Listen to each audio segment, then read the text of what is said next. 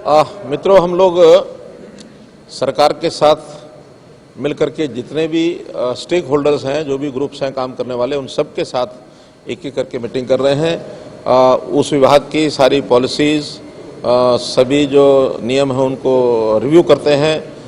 जो stake holders हैं उनके साथ सुझाव मांगते हैं, उनकी कठिनाइयाँ पूछते हैं और उसके हिसाब से हम लोग पॉलिसीज़ में जो चेंज करना होता है उनके सामने जितनी की जा सकती है करते हैं। बाद में विचार करने के बाद उनके फ्रेंडली पॉलिसी जो बने वो बनाते हैं। इसी क्रम में आज माइन कॉन्ट्रैक्टर्स जितने थे उनको सबको बुलाया था।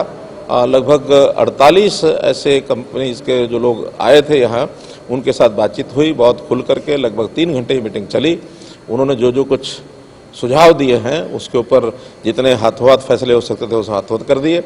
उनमें बहुत से ऐसे माइन होल्डर्स हैं जिनको कोई ना कोई कारण से अपनी माइंस छोड़नी होती है, सरेंडर करना होता है, तो बहुत कॉम्प्लिकेटेड जो उनके सिस्टम थे उसको सरल किया है, ताकि जब भी वो अपने माइन को लगता है कि उनको वायबल नहीं है तो उसको छोड़ने के लिए उनके 2 महीने का समय निश्चित किया है कि 2 महीने में अपने ड्यूज भी वापस करें और जो उनको एक फीस लगानी है वो फीस लगाने का भी निर्धारण कर दिया है। और उसके 2 महीने के बाद तुरंत अगले महीने में ही उस माइन को दोबारा से ऑक्शन करने के प्रावधान किए हैं। उनके जो रेंट्स की कुछ समस्याएं थी, जो किसानों के साथ ज़मीनें लगती थी, उसका भी सरलीकरण कर दिया है। अगर डिपार्टमेंट को सरेंडर यानी डिपार्टमेंट को अगर उसकी टर्मिनेट करनी है माइन, उसके भी तरीके सरल बना करके उनको बता दिया गया है। इसलिए चाहे वो सरकार की ओर से चाहे कंट्रैक्टर्स की ओर से जो आने वाली समस्याएं थी उनको सबको सॉल्व करने का प्रयत्न किया है। डिपार्टमेंट उसको तैयार कर रहा है मिनट्स को, और 1 महीने बाद एक नए प्रकार से उसके सारे जो सेटलमेंट स्कीम्स भी लेकर आएंगे।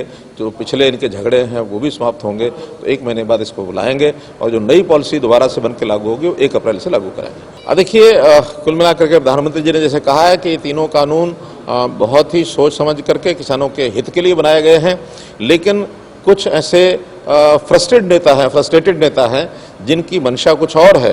वो किसानों के हित के लिए कोई बात नहीं कर रहे, बल्कि अपनी कुछ उनके स्वार्थ हैं, अपने कुछ हित साधने के लिए किसानों का कंधा वो उपयोग कर रहे हैं। और चाहे वो चरवाणी हो, चाहे वो राकेश टिकैत हो।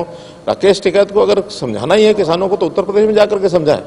हरियाणा में आकर के कुरुक्षेत्र क्यों बना रहे हो? तो हरियाणा में किसान जो हैं वो ठीक है, सुखी हैं, लेकिन कुछ एक लोग ऐसे हैं जो बहकावे में आए हुए हैं। उनके लिए भी हम अपील करते हैं कि वो बैठ करके और बातचीत करें। पॉइंट टू पॉइंट बातचीत करने के बाद, क्लोज टू क्लोज चर्चा करने के बाद अगर सरकार को लगेगा कि कुछ चीज़ें ठीक करने की हैं तो निश्चित रूप से ठीक करेंगे। और हम तो हरियाणा में चाहे वो प्रोक्योरमेंट है उसके ऊपर भी हमने पूरी फसलें जो पिछले प्रोक्योरमेंट सीजन में प्रोक्योर की हैं, आसपास के प्रांतों ने किसी ने भी नहीं की। हमने किसानों को सुविधाओं में जितने उनके मुआवजे हैं वो समय पर देना, जितने उनकी यानी उनको इम्प्लीमेंट्स देने हैं, जितने लोन देने हैं वो सारे समय पर कर रहे हैं। तो इसलिए किसानों को सब सुविधाएं दी जा रही हैं, कोई किसान के लिए कठिनाई हरियाणा में नहीं। देखिए, जो लाल किला की जो घटनाएं हुई हैं उन घटनाओं में दिल्ली पुलिस ने जिन लोगों के खिलाफ FIR की है, जिनके खिलाफ एक्शन लेने हैं वो उनको पकड़ रहे हैं, और जो भी बचे हुए होंगे निश्चित रूप से वो भी पकड़े जाएंगे। देखिए, जब भी कोई बजट बनता है हर एक वर्ग के लिए जो भी आवश्यक होता है वो सब किया जाता है। किसानों के लिए हर बार कर रहे हैं, इस बार भी किसानों के लिए अच्छी बात लेकर के आएंगे।